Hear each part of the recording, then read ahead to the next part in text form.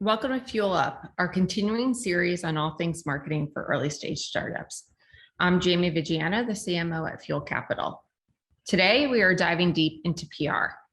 I'm joined by Kate Gundry, the founder of Pluck PR, to discuss the mechanics and tactics of executing on a press announcement. This is such an important topic as press becomes even more difficult to secure, particularly for young companies. But before we dive in, a little bit about Kate. Kate's firm Pluck runs communications for aerospace technology and financial organizations. As a firm, they're lucky to work with companies such as Acute, the Silicon Valley Innovation Center for Airbus, Aperture Investors, Universal Hydrogen, and more. Previously, Kate worked at Lewis PR as senior media strategist. And before Lewis, she worked at Brew PR, learning the ins and outs of tech communications. Kate, thanks so much for being here. Thanks for inviting me. So we're here to talk press announcements. And this is something that every founder thinks about, often too late. So where I want to start is just to talk about, how does somebody know that something is newsworthy? Well, I mean, newsworthy is in the eye of the beholder, but obviously there's some basics that you can start with. Large corporate news is obviously sort of where we start with a lot of companies. If they have a financing round, if they have a really major hire, if they have a giant client win or a new product launch or even a partnership. But there are also, nuances to that. There's homes to be found for other stories that might come up. Like, if there's something kind of nichey in a product, a little update or something, you can sometimes find a reporter who will be particularly interested in the utilization of XYZ other technology, but it just depends. But at the end of the day, when it comes to press, that's why the relationships matter most. If you're able to sort of have a group of reporters who know your business, who've sort of been along for the ride with you for a long time and know your executives and know your product in and out, it's sometimes easier to bring them something potentially that could be seen as more incremental in order to place that. It's also really important to think about tiers of press. Something that's newsworthy to a trade publication. If you're, let's say, an aerospace company, there's a different bar for that than necessarily an aerospace reporter at a tier one business publication or even broadcast. So there's a bunch of nuances to think about, but there's sort of like a set of basics that you can anticipate you'd be able to pitch. Yep. Yeah, really good filter of the type of publication, the type of news, the type of company. Mm-hmm. And all those factors should be considered when you think of, is this newsworthy? So I think that's a really good way to evaluate. So you've executed on hundreds, maybe even thousands of PR announcements. I hope you keep track. I would love to know how many we've done. So let's get tactical. Let's get a little tactical. Where do you start when you're about to make an announcement? So like you said, after you've done, a couple thousand of these, you do deeply understand that every company is different, largely because they have a different internal structure. Who owns communications? How are you getting your information if you're an external firm like we are? So there's a lot of sort of nuances to the workflow and how quickly you can get information.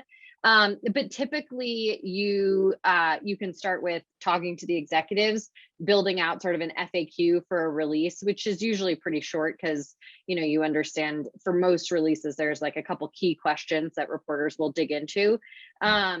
With some clients, we'll actually just start a draft.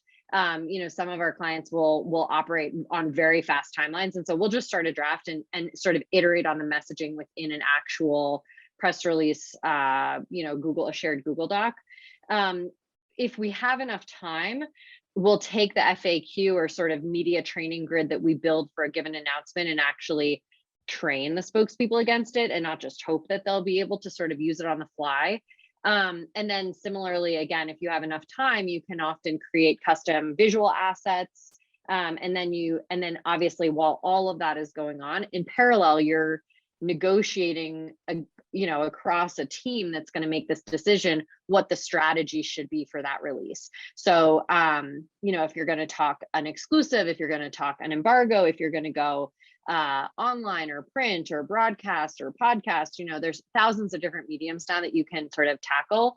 And so you definitely want to start thinking about strategy as sort of the overarching thing. You'll have to know what you want to do, but at the same time, you'll still need the press release copy, the FAQ, a media training grid, and visual assets. So you sort of have to parallel process all of those at the same time. Right. Right. And that's what I always talk to our companies about, which is let's get the messaging down first. Either starting with a media FAQ that is evergreen and you can use for years and years and years, or let's just develop the release.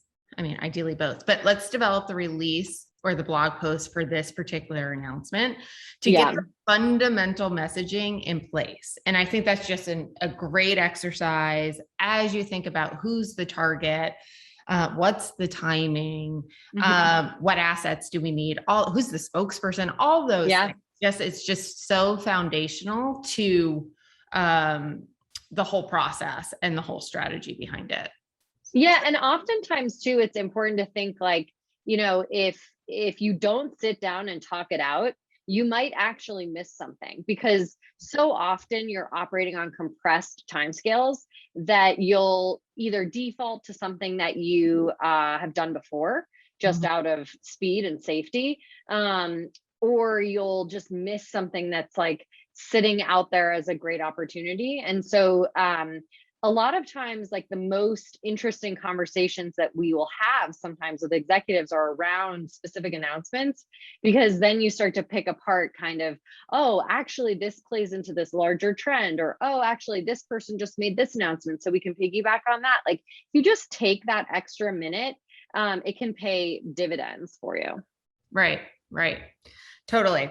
So that was kind of the approach to getting started. So let's actually talk about the when or the timing of announcements, because it's kind of a layered question. So when should you start planning and when should you make the announcement? Yeah, so we try to get as much time as humanly possible. If, I can't tell you the number of times a client has called and said, oh, we filed our Form D, the countdown clock is on. And you can be sort of reactive if you have to be, but best case scenario, you don't have a gun to your head and you can kind of take your time to plan something, really look out at the landscape, see how you're going to fit in, account for, let's say, an upcoming holiday or a large scale conference in your industry that's going to take everyone's attention. The longer you have to sort of take that big view, the better. And this is sort of buoyed by the fact that what we're seeing online right now from reporters is some of them are saying, unless your news is sort of the biggest thing on earth, we're working 3 weeks out. And that's from, tier one tech reporters are just, there is so much news. There are so many companies getting funded. There are so many things launching. There are new products every 5 minutes. Yep. These reporters, I think, are starting to really vocalize the timescales that they're being, kind of forced into working on just because of the sheer volume of news going on. Right. And I think that's a world, like when I was operating, a world I didn't have to consider as much as you do today. There's just so much news out there and everybody's like, oh, this cycle will slow down. Oh, this cycle will slow down. And it just hasn't. I mean, and no. It's not. And there's so many factors and storylines beyond your control. COVID, floods we had today. We have the California fires. There's just things you can't control. And that feeds into the noise. And rising above that noise is something you need to consider. So I was just working with a company recently where they had this great announcement. It was awesome, but they hit it right when the Olympics hit. And it was like you have no control over the other news cycles happen. Well, you do in essence. Like if we had just taken a step back and said, listen, it's going to be really hard to break through the Olympics. Plus COVID, plus floods, plus, we just had that added factor of the Olympics happening that week that really just torpedoed the announcement and the timing. So it's so critical to think about not only what the journalists are saying in terms of their planning and their cycle, but also what's going on more generally in the universe, to be like, essentially, when can I fit in? Like, what's my best opportunity for cutting above the noise? And that's just a different world that we live in these days. Yeah, it's very different. And it's interesting. I remember when I started in comms 15 years ago, the biggest thing you always thought about was CES.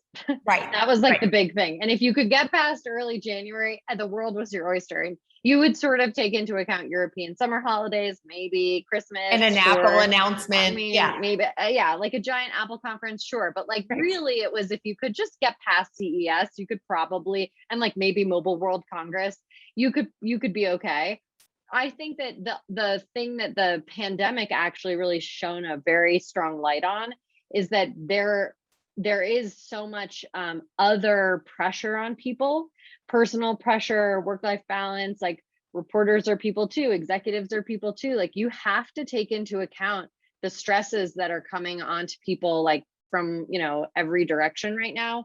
And I think there's just like a unilateral need to be more cognizant of that and more patient, and more understanding. And I've really found that in the last 18 months, I would say relationships with the reporters have gotten better than ever, because you can talk in that way and have a more honest conversation. It also then on the company side requires greater flexibility. You have to understand, you might want this reporter to write this story, and that reporter might be taking care of their parents for the next 2 weeks, and you have to move your timeline if you want their great writing. Right. And so you do have to learn to be a bit more flexible and understanding these days. Yeah. And I think we'll talk about that a little bit more when we get to exclusive versus embargo and the strategy behind it. But that's probably the biggest learning I've had over the course of the last year, which is in any pitch email, say, here's our preferred timing, but we can be flexible. Like that caveat of we can be flexible has become so important, because it isn't you don't give a reporter an automatic out by being like, that timing doesn't work for me. But if a brand can be flexible around the timing of an announcement, it's just a better probability that they'll get a place somewhere. Yeah. Yep. It's so important. Okay. Let's talk goals. Because this is typically where I start with founders, is they say, hey, we have this news. I want to go to TechCrunch. Default is always, I want to go to TechCrunch with the news, which in many cases it's very appropriate. But I always take a step back. And my first question is always, so what's the goal of the press announcement? So I'd love to get your perspective on how you work with brands and how you work with companies to figure out what the goal of a release should be. And what are the various goals that brands should consider? Yeah, well, it's interesting. I think that when you ask a CEO what the goal of an announcement is, they almost always know. Like there isn't typically that much mystery about where the priority is for the organization. So is the priority right now fundraising and getting in front of investors? Easy. Is the goal recruiting and getting in front of XYZ type of engineer or what have you? Is it like there's a new competitor in the space and you want to be able to sort of, box them out of something?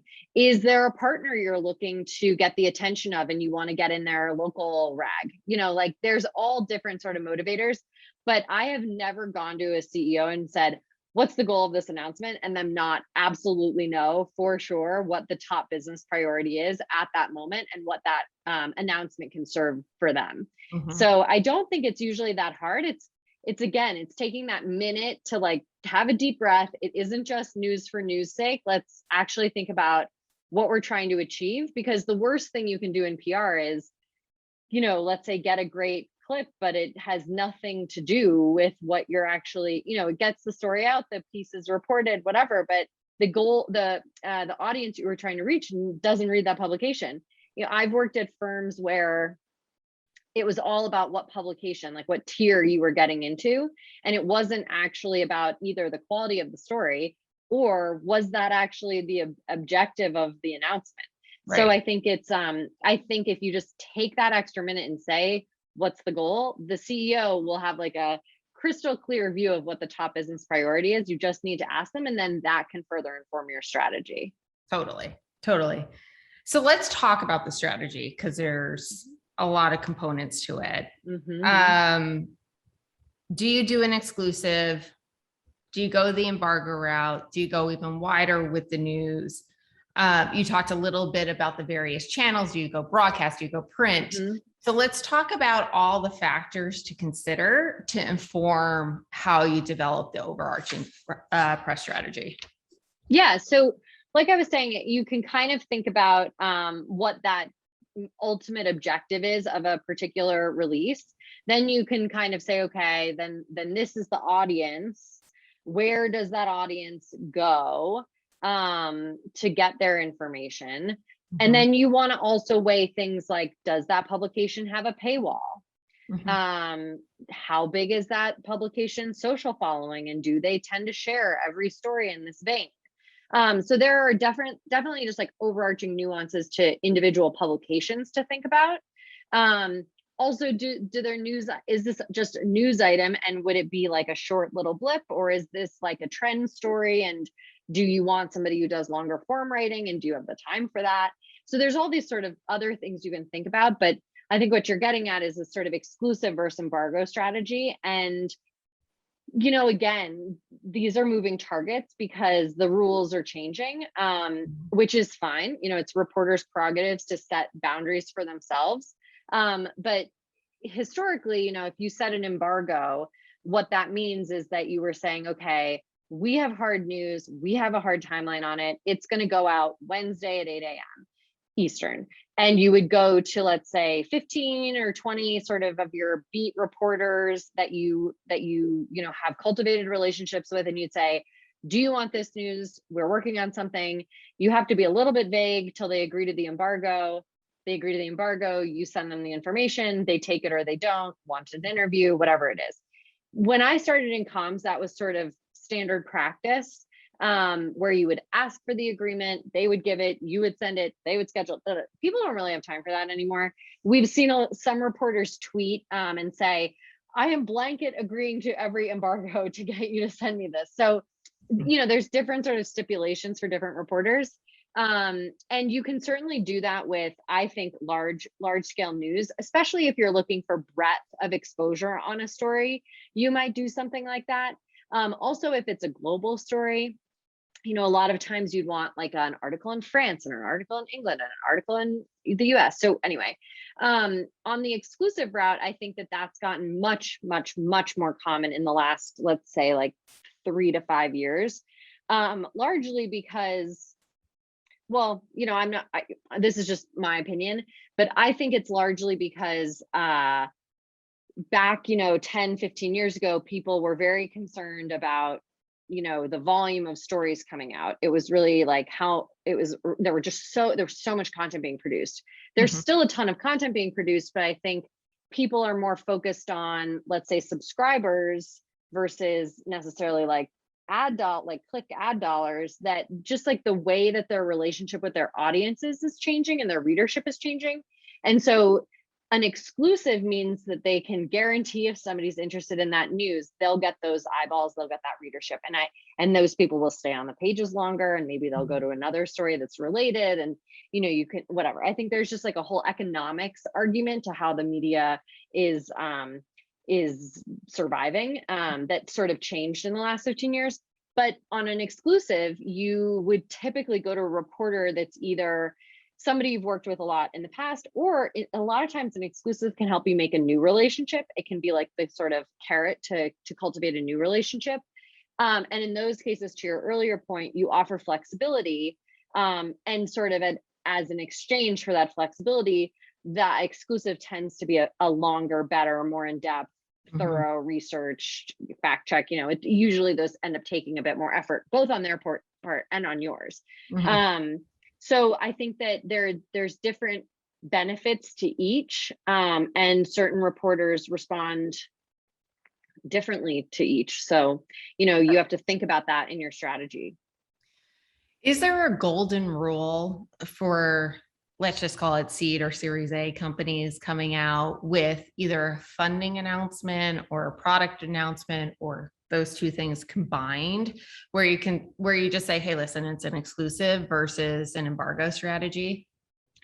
Yeah, so typically, I mean, the golden rule, I don't know, but I mean, typically we do recommend exclusives for seed and Series A financings. Seeds sometimes you can't even get placed anymore unless they're rolled up into something else, like let's say an incredible board member or something, a great partnership or whatever.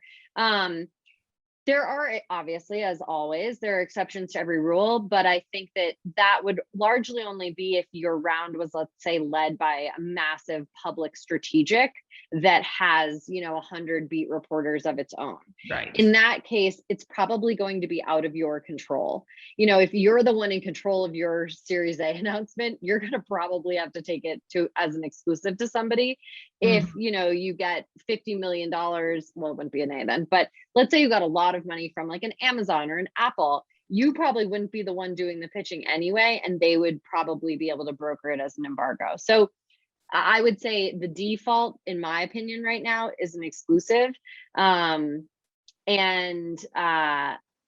usually the way we look at those is we'll, let's say, pick 5 reporters who we would be thrilled to have a story from, and then we stack rank them and we start at the top. And if one person isn't interested or doesn't get back, then you go to the next one. You never pitch multiple people an exclusive. You always have to close the loop on those in order to engender goodwill and like maintain the great relationships you need with these reporters. Yeah.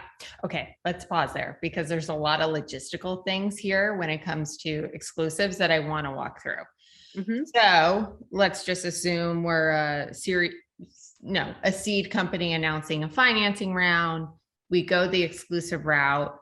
We develop that list of plan A, plan B, plan C, which we often do. And you have your target journalist at a publication. Walk us through the pitching process on the exclusive side. So you send this person an email. How long do you wait? What's the content of the pitch email? And then how do you cycle through? Yeah, so typically if you're offering an exclusive, obviously that'll bubble up in someone's inbox higher than something else. So it's in the subject line. So I usually put it in the subject line. So I recommend, if we're doing the pitching, we'll do that. If we're not doing the pitching, we'll recommend that.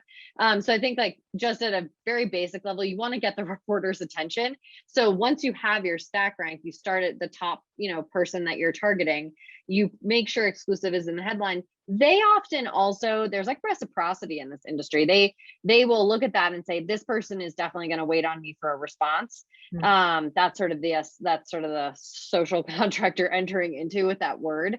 And so usually they will write you back one way or the other. They know that they have to sort of absolve that offer and you are going to wait for it. That's sort of the contract you're in. So we typically say put exclusive in the subject line.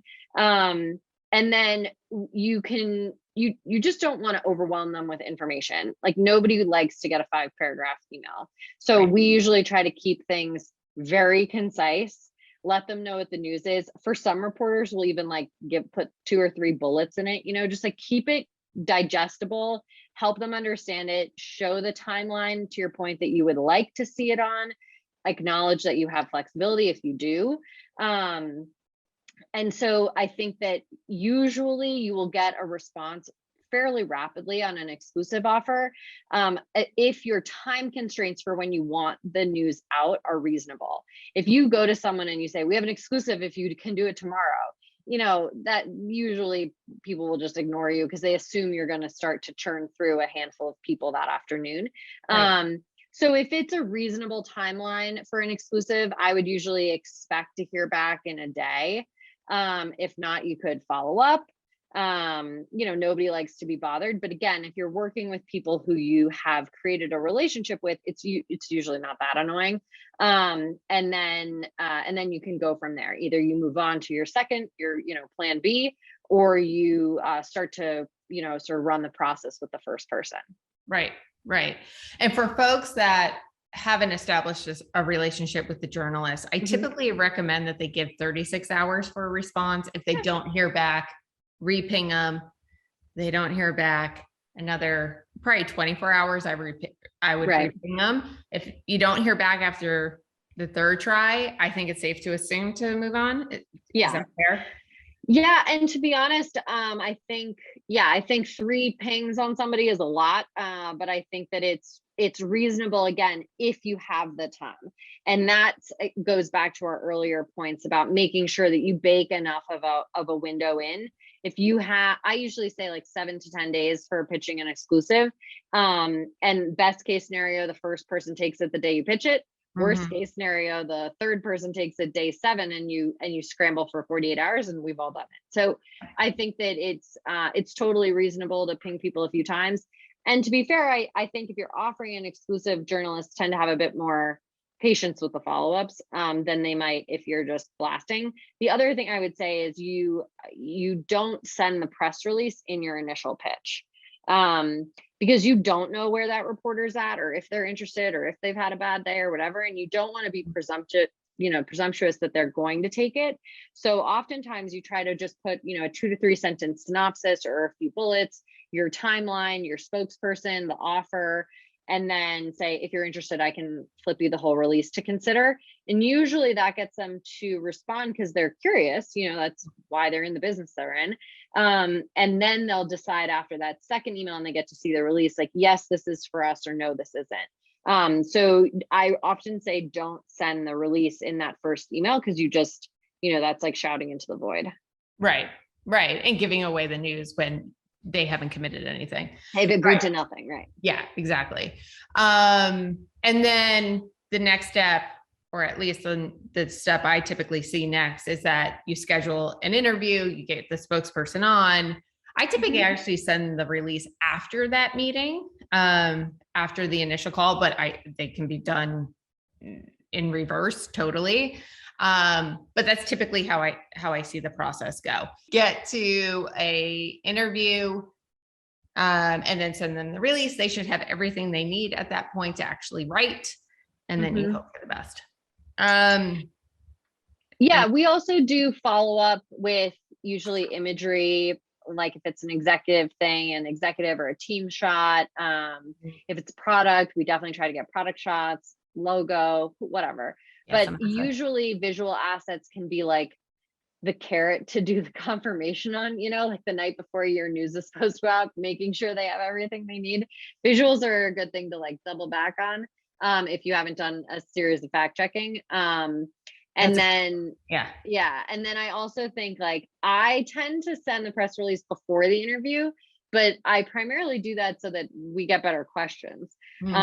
So sometimes you get an interview that maybe isn't about hard news. Maybe it's a trend story after you've already done a big hard news announcement. And somebody just wants to talk to you. And then on the call, the executive references XYZ announcement. Then I'll follow up with those when it's not tethered to it. But usually if it's hard news that we're pitching, I send it in advance, just because I find the reporters, even if they're reporters who hate press releases, it's a digestible format that they do recognize and can build questions off of. So it's usually it just like leads to a better interview. Well, it's a fair point, because I've been on interviews where the first question is like, so why are we talking? Why are we here? Yeah. Right, why are we, literally the question is, why are we talking? And it's just like, you're starting cold. So it's a really fair point, just to be like, hey, I'm sending this advance, so you have the context, we can talk more tomorrow, or whatever it is.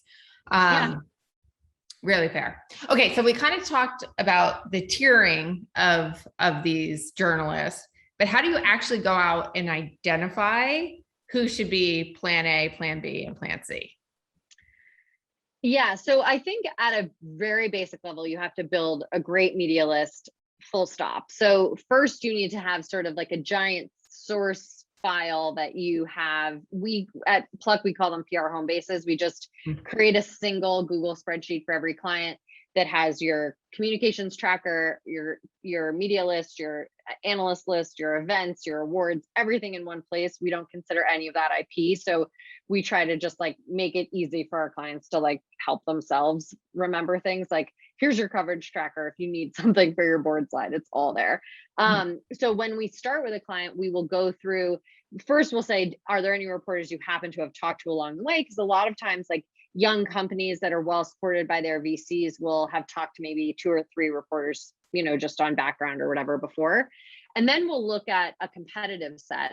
And usually we'll be able to pull a pretty good list together from who's covered, let's say, the 5 to 10 top competitors you've identified for your business. So that's one way to do it. Also, sometimes it's like an executive. So it's somebody who's like analogous to your executive, and you'll look at where they've spoken, who they've spoken to, what kind of people like to talk to them, whatever. So once you have sort of an overarching list, you can then, based on the strategy or plan you've put together for an individual announcement, you can go through that and say, okay, this person would be great because 2 weeks ago they covered this person's financing and they're really interested in this space, and they ask the question in that story, why hasn't someone done X? And we do X. So let's go talk to that person first. So you actually, this shouldn't sound that shocking, but PR people, like, I would say, I don't know, 25% of my time is reading. Because if you understand what the reporters are writing and what they're curious about, you can then triangulate what their appetite is going to be for a specific piece of news. It shouldn't sound like brain surgery, but it really, like, it's a huge amount of time to just read everything these people are writing. Right. Yep. I think that's a great point. Who do they cover? Who has talked to them previously? Are there any is there relevancy between your business and what they have covered in the past? And also it can also help you identify people to avoid. Like, there are times where you might, like, a CEO might say, I really want a story with this person in this publication. And you realize your CEO has never read a single piece they've written. And you're like, but they would hate you. Like, look at how they talk about X, Y, or Z. So I think it's important to also remember that reading and being able to know these reporters' coverage as well as you possibly can both help you identify who to go to, but also who to skip. Yep, totally. Okay, a couple more questions. Let's talk about issuing a formal press release over the wire versus just a blog post. It's a question I get very often, and it's kind of the great debate right now, not right now, but eternally. So what's your recommendation, particularly for young companies, on how to actually disseminate the news? Do they do it through a formal press release, or do they issue it on their blog post or a third-party blog site like a Medium? Yeah. So again, this is really company dependent from my view, but there's a lot of sort of factors to consider. One thing is obviously cost. Press release distribution has a financial implication. It's based on word count, and it's based on the distribution, sort of like syndication that you choose within your wire service. But they can be very costly if you don't know what you're doing. And can you give people a sense of the cost of, like, roughly base level? It's like $500, like, at a minimum. Yeah, right? if your press release is like 400 words or less. So typically it's the first 400 words come at X cost. And for our clients, we use Business Wire, so this is what I'm referencing. But it's X amount of dollars for the first 400 words, and then every 100 words after that have an additional cost. Right. So it behooves you to be concise in your press releases and in your boilerplates. And then you pay a little bit of an additional fee for what they call, I think it's called like social, mobile, local. It's like a digital distribution thing. And then you have to select which actual distribution you pick. So are you doing in national? Are you doing New York City? Are you doing global? Like, that very much can sort of change the pricing. For our clients, we are just really getting it to be a stake in the ground. So we say, do your local distribution and keep it concise. So typically, I don't think we've had a release that's been more than, let's say, like $1,200 or $1,500 in years. But when we've worked with publicly traded companies who have to do international releases, every time and they want to do the global tech circuit, you're going to spend almost $20,000. So it can be a complete racket depending on how, and by the way, once you issue it, you can't say, oops, I clicked the wrong syndication, but you're screwed. So very important to know what you're doing when you get into the wire services. Blog posts are free. Obviously, if it's on your blog or if you post to, LinkedIn or whatever, it's free. So that's obviously a major thing to think about for younger companies. I also tend to try to think about what industry the company is in. Is it a regulated industry? Is it something where you'll want a formal record of this? Is it major corporate news? I think that it just sort of depends. If it's a financing, for example, we would say, put it out on the wire.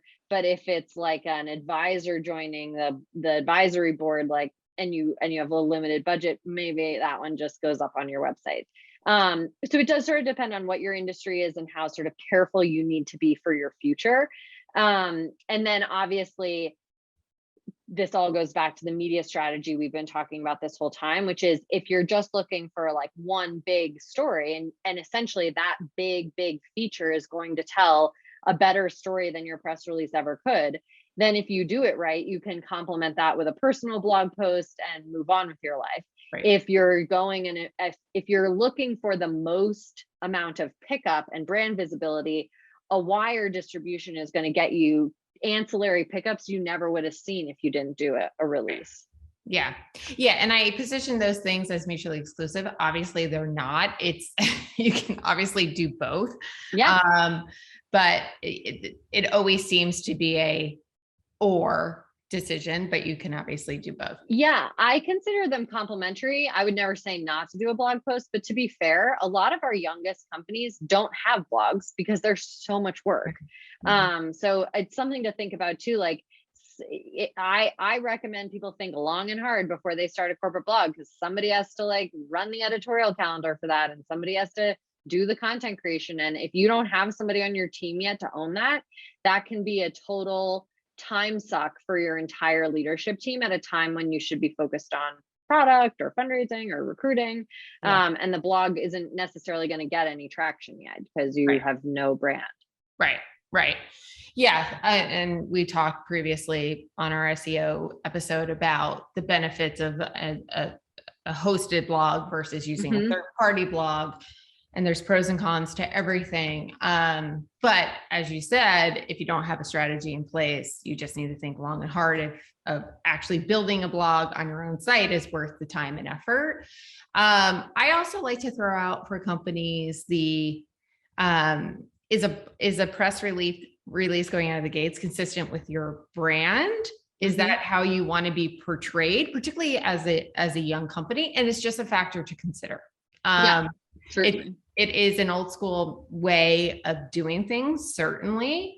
So it's just a factor to consider. Is this the route I want to go, or do I just want to post it on Medium?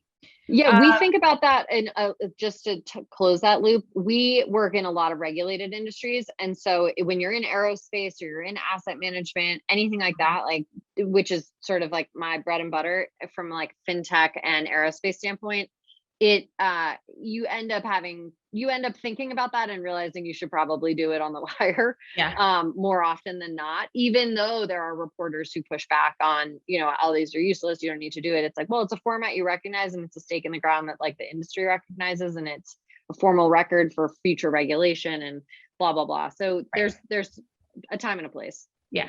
And lots to consider. Right. Okay. So I remember my very first job in tech, I had a PR consultant who told me you only do news on a Tuesday and Thursday. And I was like, okay. Never really asked why, just took that as Bible.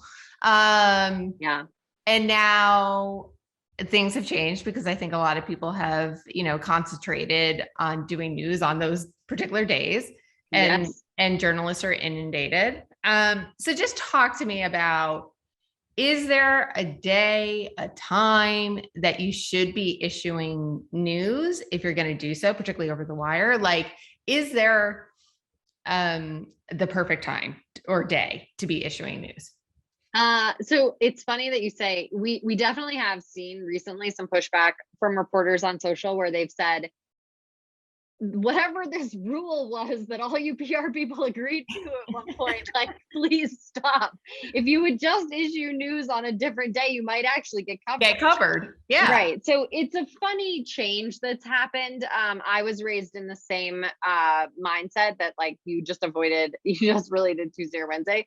But certainly people have complained pretty loudly that it's actually hurting your chances. And again, I think that goes back to just the volume of news and companies and financings. Like you have to find a way to differentiate yourself. And if you can't do it in what you've done with your business, you might want to try the day of the week.